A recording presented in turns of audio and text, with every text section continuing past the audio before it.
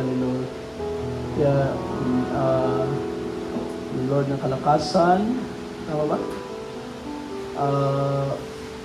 At hininga ng maayos ay palakasin pa. Praise God. Brother Benny ba ito? Ilan ba? Tama?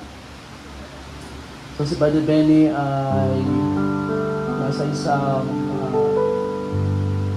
critical na kalagayan dahil bumabagsak ang oxygen. So ang pamilya ay dumadalangin para sa maayos na kalagayan ng ating kapatid. At si Brother Benny ay isang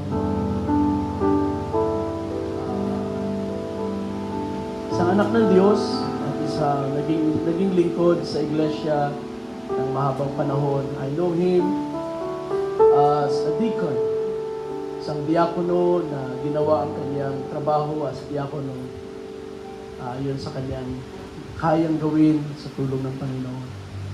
So he's a servant of God and a servant of the church sa panahon ng kanyang kalakasan.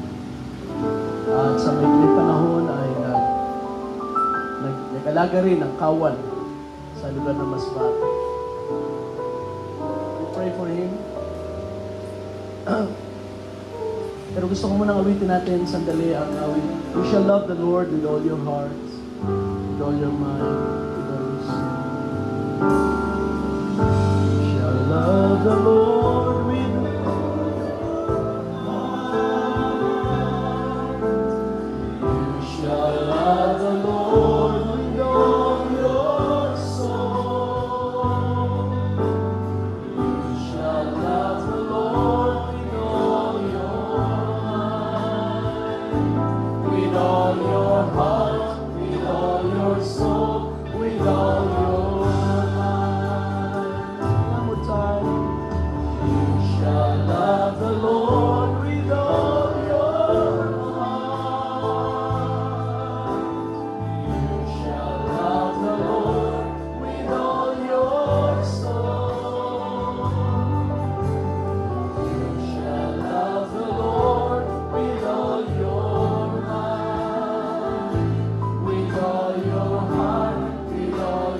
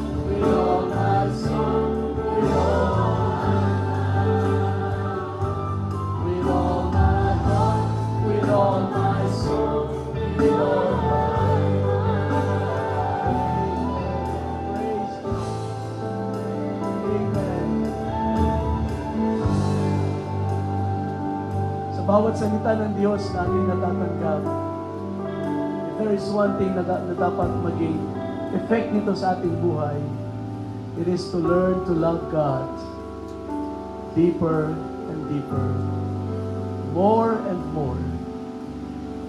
At yun ang dapat nating palagi matutunan at dapat na tayo magpaturo sa Diyos. Lord, teach us to love you more and more.